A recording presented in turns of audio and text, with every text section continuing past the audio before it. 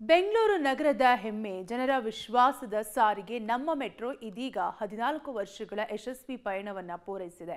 ಈ ಹಿನ್ನೆಲೆಯಲ್ಲಿ ಬೆಂಗಳೂರು ಮೆಟ್ರೋ ರೈಲು ನಿಗಮ ನಿಯಮಿತ ಸಾಮಾಜಿಕ ಜಾಲತಾಣಗಳಲ್ಲಿ ವಿಶೇಷ ಪೋಸ್ಟ್ ಮಾಡಿ ನಮ್ಮ ಮೆಟ್ರೋ ಜೊತೆ 14 ವರ್ಷಗಳ ಅದ್ಭುತ ಪ್ರಯಾಣದಲ್ಲಿ ಭಾಗವಹಿಸಿದ್ದ ಎಲ್ಲಾ ಪ್ರಯಾಣಿಕರಿಗೆ ಹೃತ್ಪೂರ್ವಕ ಧನ್ಯವಾದಗಳು ಎಂದು ತಿಳಿಸಿದೆ.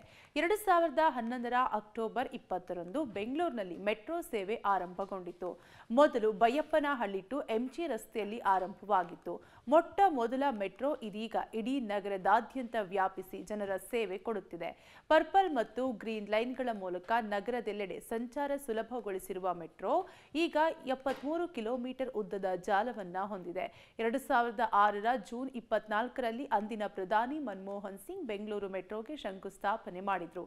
2007 ಏಪ್ರಿಲ್ 15ರಲ್ಲಿ ಸಿವಿಲ್ ಕಾಮಗಾರಿ ಆರಂಭವಾಗಿತ್ತು. 2011ರ ಅಕ್ಟೋಬರ್ 20ಕ್ಕೆ ಎಂಜಿ ರಸ್ತೆಯಿಂದ ಬೈಯಪ್ಪನಹಳ್ಳಿ ನೇರಳೆ ಮಾರ್ಗ ಸಂಚಾರ ಆರಂಭಿಸಿತು.